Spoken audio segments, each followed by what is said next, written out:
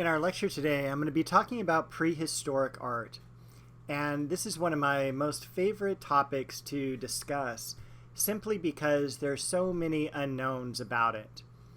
When we redate these objects, we redate them by thousands of years, and you can imagine how much of this art has probably been lost over the millennia. The first slide I want to begin with is a quote from one of my favorite authors, H.P. Lovecraft. He says, "The past is real. It's all there is." And I think absolutely that is one of the most truest statements. And really it's the reason that I study history. So how far back are we going to go? I'm going to take you back to the beginning of the universe, between 17 and 12 billion years ago.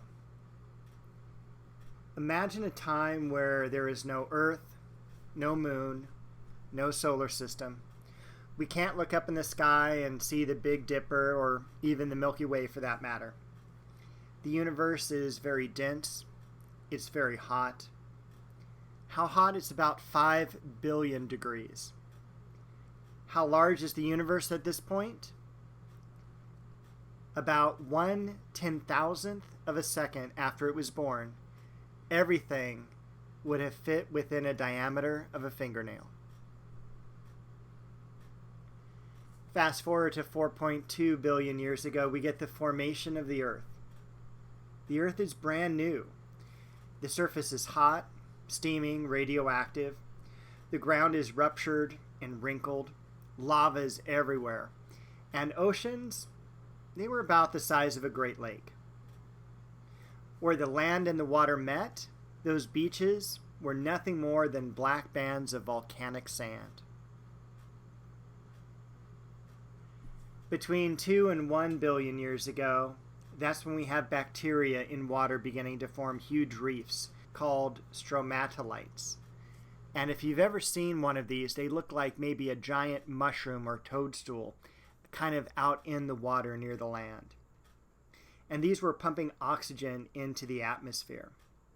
Imagine a planet that had the bluest of oceans, swirling white clouds, and the land was as red as Mars because of all the iron deposits still on its surface. Seaweed begins to enter the fossil record at this time in Canada. I've always loved the image of this globe. This is during the Middle Cambrian times. And, you know, we're so used to seeing Pangea, right? That great supercontinent. And we'll definitely see that in another slide or two. But during 500 million years ago, this is what the Earth looked like. It's not even recognizable. The continents were right around Antarctica. Canada is right at the equator. In fact, if you see this landmass off here to the left, that's North America. It's upside down. Mexico's over here just below the surface of the water. Africa, that's way off to the right. It's also upside down, right next to South America. This is roughly where Brazil is. A totally unrecognizable world. This is where we start to get animals like HALLUCIGENIA. This is almost something out of a science fiction novel.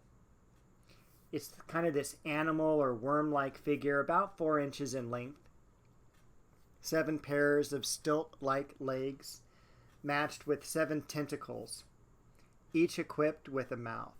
These would be roaming the ocean floor. And here we are at Pangea, the supercontinent.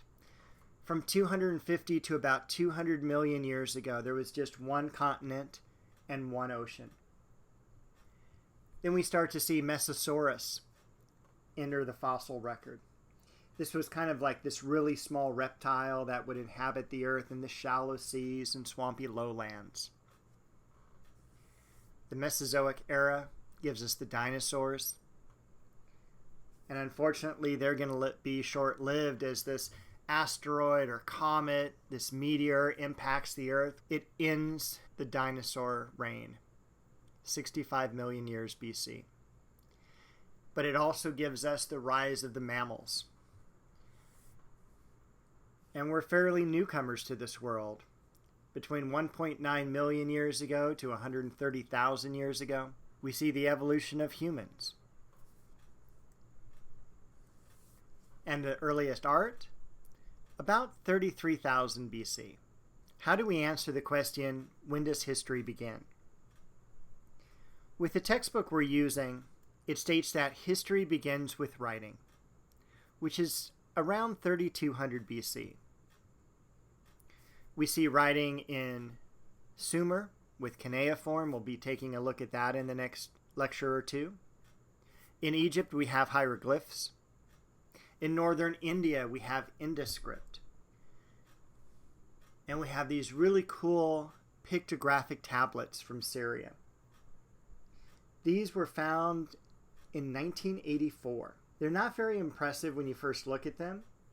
The small indentation at the top of each with a stick drawing of an animal below. Most archaeologists believe that this is either some type of goat or sheep. It's among the earliest examples of writing ever known. So now we're going to venture into the Stone Age, and it's divided up into two major sections. The first one is the Paleolithic era, which means old stone. So this is the Old Stone Age. And then we have the Neolithic era, the New Stone Age. The Paleolithic era dates from about 40,000 BC to 8,000 BC. When we look at what man is like during this time, we can describe him as a hunter-gatherer. The shelters that he built were temporary. There were no crops grown or domestication of animals. And of course, it's the reason we call it the Stone Age is because they're using stone tools. When we enter the Neolithic era, this is between 8,000 BC and 2000 BC. The Ice Age has ended and the world has become a lot more habitable. Humans began to live in small cities. Agriculture and domestication of animals. Shelters become more permanent. And we have a shift from stone tools to bronze tools, and that takes place around 2500 BC. So the way that this lecture is broken up is into three main parts. We're going to look at painting, sculpture, and architecture. And we'll begin with painting. So here are the sites of the earliest cave paintings we found. Over the past 140 years, over 200 individual caves have been found to contain these paintings. Now keep in mind also when we transition from Paleolithic to Neolithic, that's generally a warming of the earth. We have a lot of ice that's melting, sea level is rising. A lot of these sites could be submerged with water that are now off the coast. But the ones that we found here are basically up in mountain ranges, primarily the Ardici mountain range, which you see kind of in that lower right-hand box. The very first cave ever found, that was Altamira. And it was found by the daughter of this man here, Don Marcelino Sacchuolo. His daughter Maria was playing around on the estate and ventured into this cave, and she came screaming out, saying that there were animals in there. And when her father went to investigate, he found out that she was talking about these paintings that were on the wall. In 1880, he publishes a book all about this find, and scholars basically ignored it. They were under the belief it was a hoax, at least until 1902, when it was authenticated.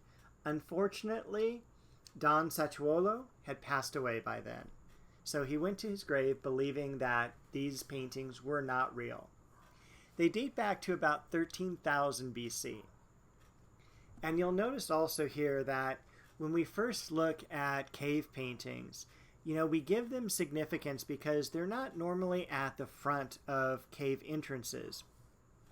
They're much further back, and they're in hard-to-reach areas. They're in areas that would not be hit by sunlight, and so we kind of figure that these have some type of special ceremonial significance or religious significance to these people. The figures are very flat. They're very two-dimensional.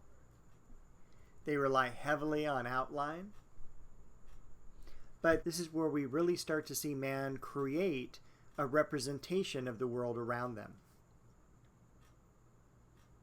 Now, what you'll also find with a lot of these caves, not only in Altamira, but also Lascaux, which we'll look at next, is that replica caves had to be built because of the deterioration of the cave paintings when they were put on display, where we would let people walk through these caves.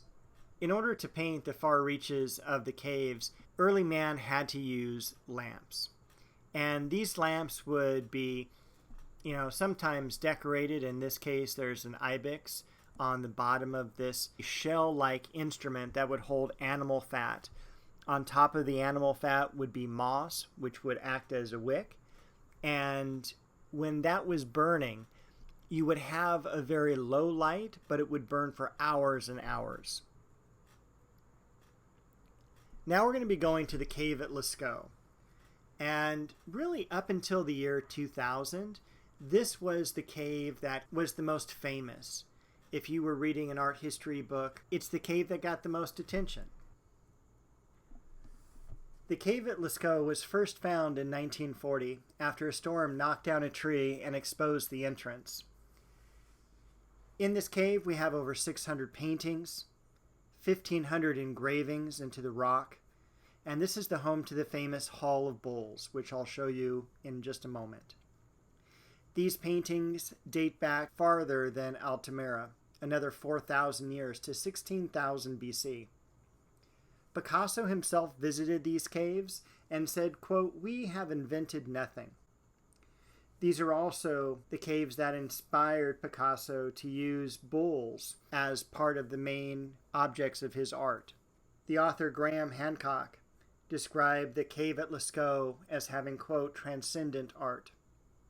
And this is the cave entrance, along with two of the young boys who found the cave. There were 4 of them all together: Marcel, Georges, Simon, and Jacques. Many of the same animals are pictured in this cave as well, such as deers, bulls, cows, and horses. One of the things that's interesting about this cave as well is that none of these animals are really drawn to any type of scale. And looking at this image down here in the lower right-hand side, the rotunda, this is where the Hall of Bulls is. And here's a picture of it. Now, Lascaux immediately became a tourist attraction. In 1950, you would have on average 350 people per day going through these caves.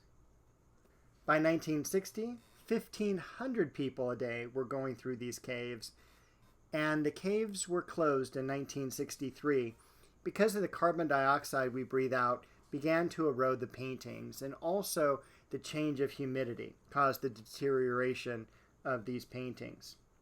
But in order for not to lose out on the tourist trade, a replica cave, just like that at Altamira, was opened right next door to this. Another fun fact is about 15% of the animals shown in this cave are wounded. And the bull above these individuals is the largest individual painting of a cave animal. It's approximately 18 feet on the diagonal. One of the more interesting paintings at Lascaux is the bird-headed man with bison. It's separated from all the other paintings, and in fact it's down at the bottom of a 16-foot shaft. So it's extremely tough to get to, but it appears almost as if it's telling a story, and if it does, it is our very first narrative of art history that we come across. The PECH-MERLE cave has paintings that date back to around 23,000 BC. The most famous work of this cave shows 2 horses with their forms utilizing the natural formations of the rocks. They're also covered in spots, along with positive and negative handprints. Many of the handprints in this cave are also missing fingers. In fact, there's 200 handprints in this cave. 190 of them are missing fingers. We don't know why. Were they cut off? Was this some type of ritual or disease? We also have over 1,000 footprints in this cave, mostly from children.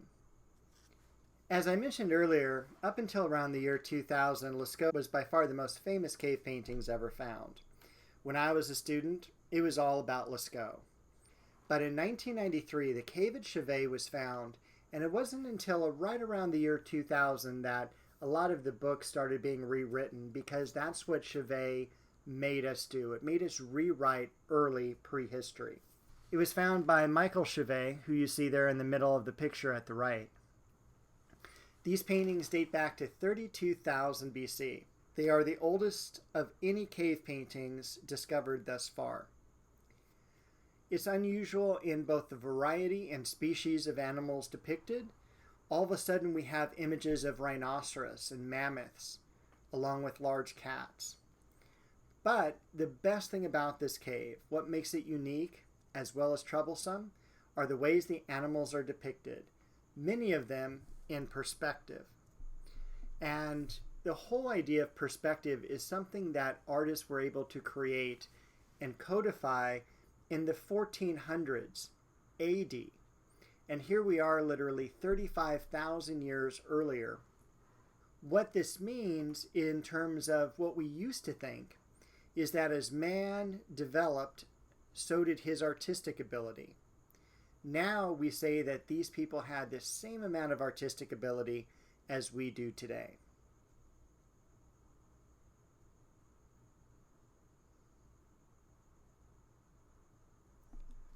And one of my favorite images is this one of these rhinoceros. And when you think about rhinoceros and the idea that we are in southern France, it's just awesome, because rhinoceros are not native to this area.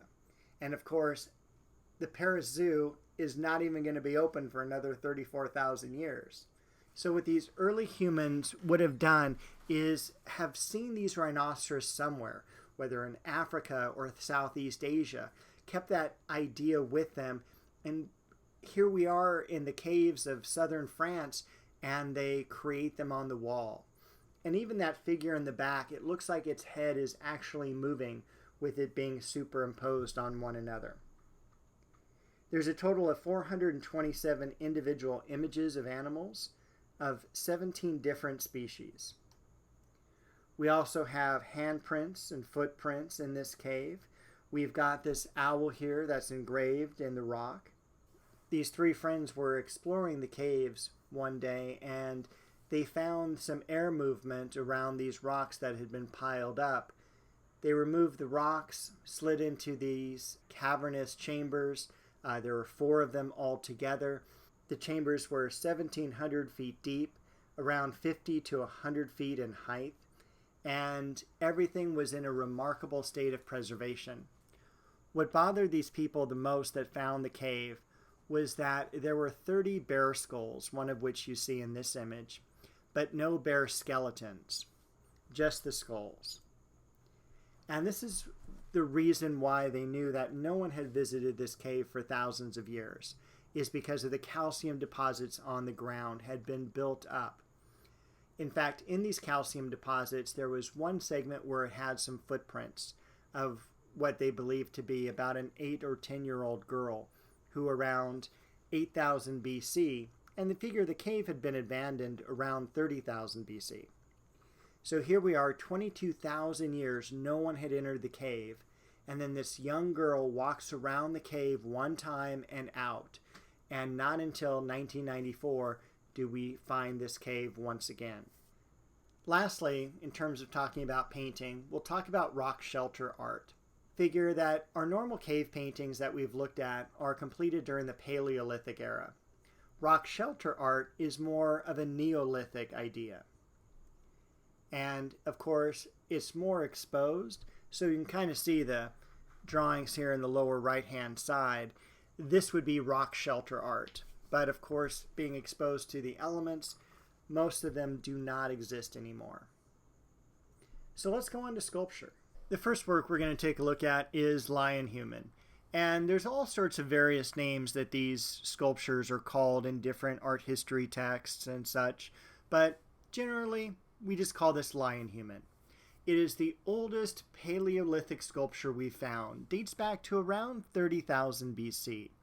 Made completely from ivory, and when it was found in this cave in Germany, it was found in the 1940s, and unfortunately, because of World War II, the archaeologists couldn't go into the cave to recover the pieces of this sculpture and put it back together. That all happened after the end of World War II in 1945. There's a couple of things that really sets this sculpture apart. As far as the size of the sculpture, it's only about a foot tall. But when we consider what other prehistoric sculptures look like and are sized at, this is gigantic by stature. It's also unique because remember when we talked about the third role of the artist? Artist had to have the power of imagination. It's the same thing here. This figure is half human and half animal, something that doesn't ever exist in our world. So we've got this really unique work that kind of brings us into prehistoric sculpture.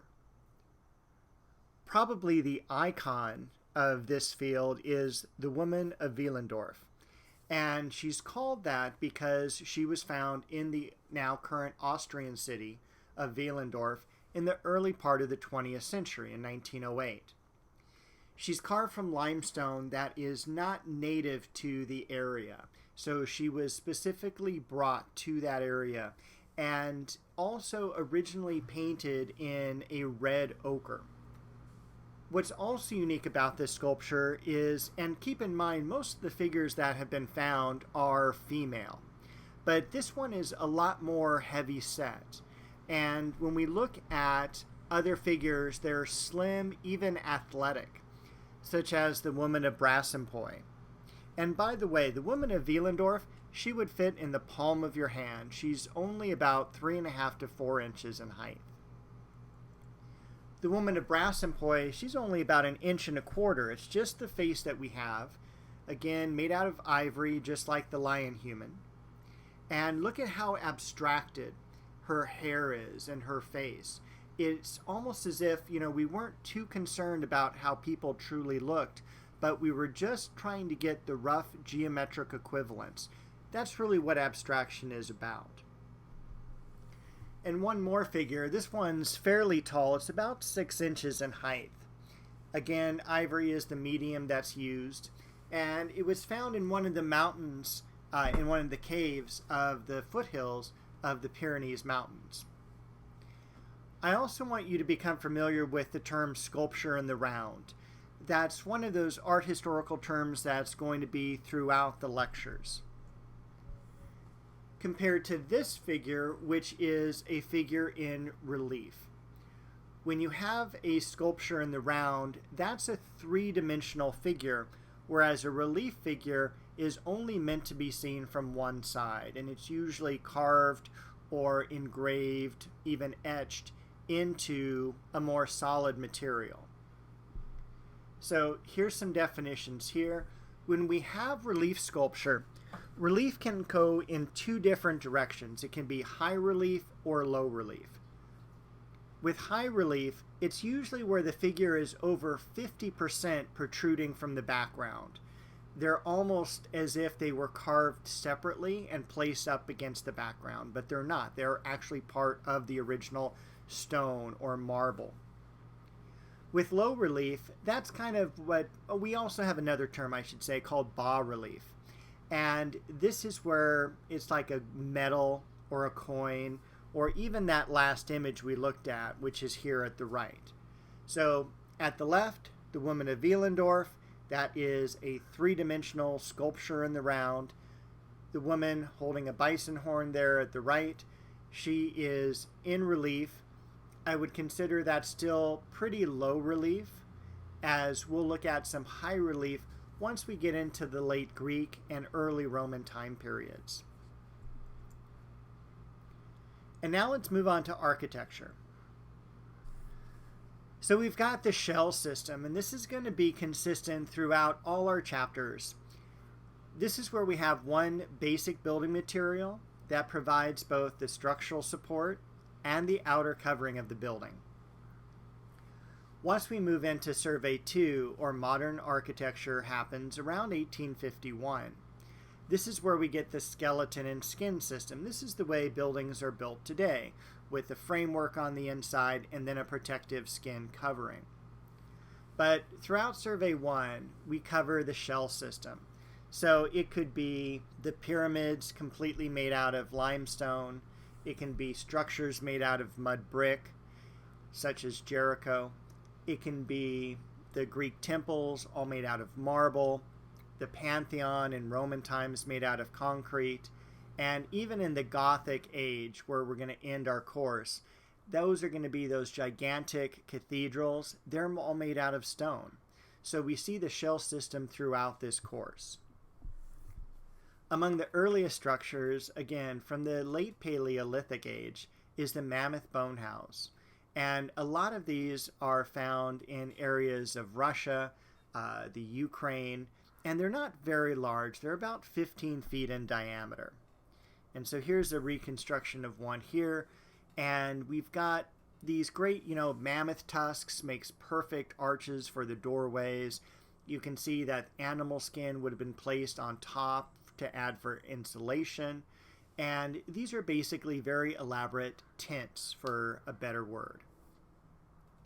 When we get into the Neolithic age, we switch from those hunter-gatherers to people who live in more stable, smaller cities. At the settlement at SKARA, BRAE, and this is off the coast of Scotland in the Orkney Islands, we have the best preserved Neolithic settlement.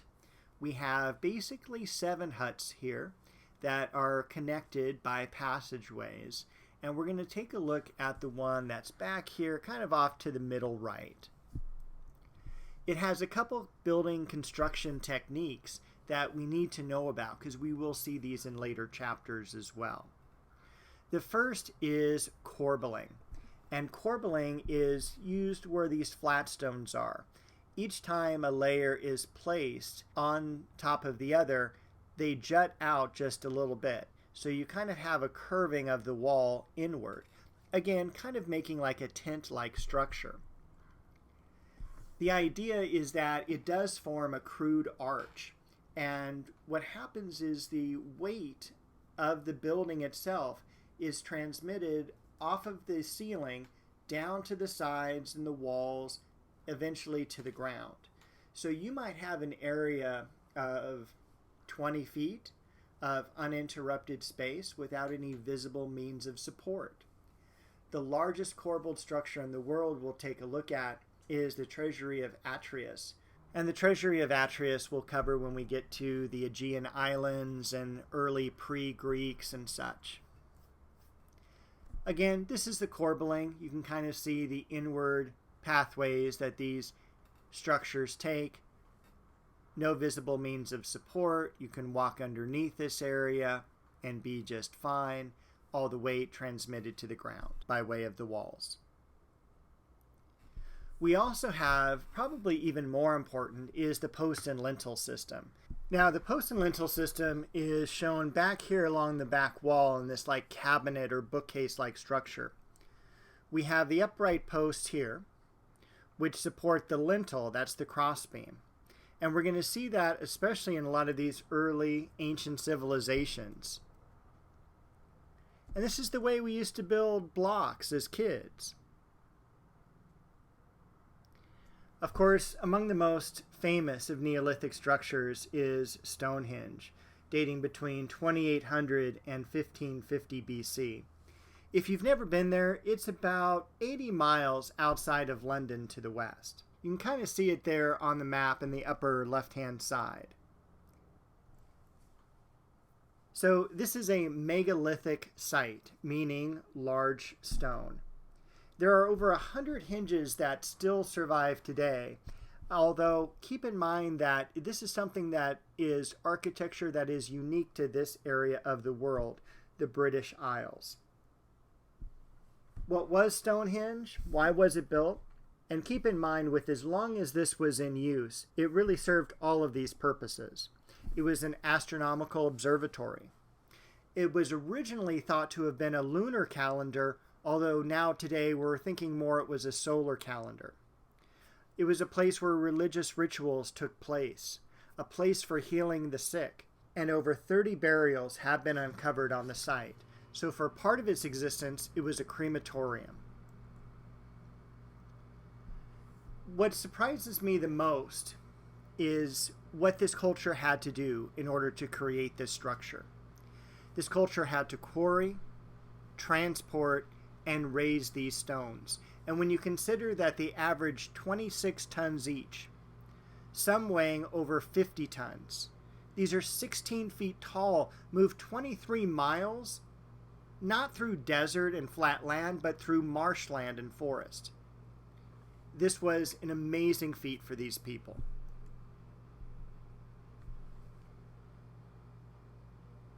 A henge itself is a circular area defined by a bank and a ditch, and approachable by the way of one of several entrances. Once again, this is a structure that took hundreds of years to complete. It was constructed without mortar, and as you can see in the center of this image here, absolutely done with the post and lintel system.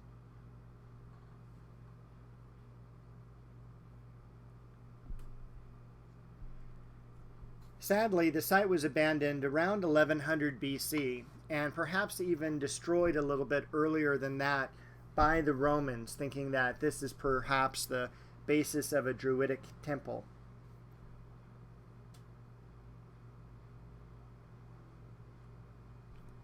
Up the road about 17 miles is the site of AVEBURY, and the antiquarian John Avery stated that Avery far surpassed Stonehenge, just like a cathedral would pass a parish church.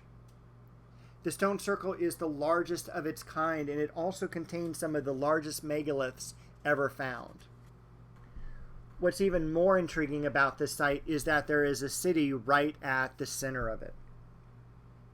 Keep in mind that Stonehenge had about 30 sarsen stones making up the circle. This site has 98. The ditch around the site, 60 times as large as Stonehenge. It has 647 stones, the heaviest 65 tons. Right in the general vicinity of Stonehenge and Avebury is also the SILBURY Hill. This is the largest prehistoric mound in Europe. It's as high as a 13-story building. It really has yet to be worked on by archaeologists. It has a complex network of internal retaining walls. It is man-made. It was probably leveled at the top during the medieval ages. Tremendous amount of Roman artifacts have been found around this site.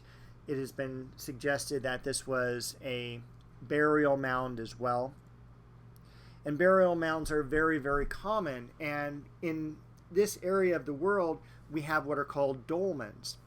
And dolmens are found in England, Northern Europe, but also really concentrated in Ireland. Several upright stones support a capstone, so again we have that post and lintel construction. The forms would then be mounded over. Now the Brown Hills dolmen is the largest that we've ever found, and the capstone here weighs between 100 to 150 tons. And this would have been a site for a single burial. And these would then be mounded over. They would look like a hill, and we would use the term cairn to describe them. And that's going to be the end of our presentation for prehistoric art. I'll look forward to seeing you at the next presentation next week.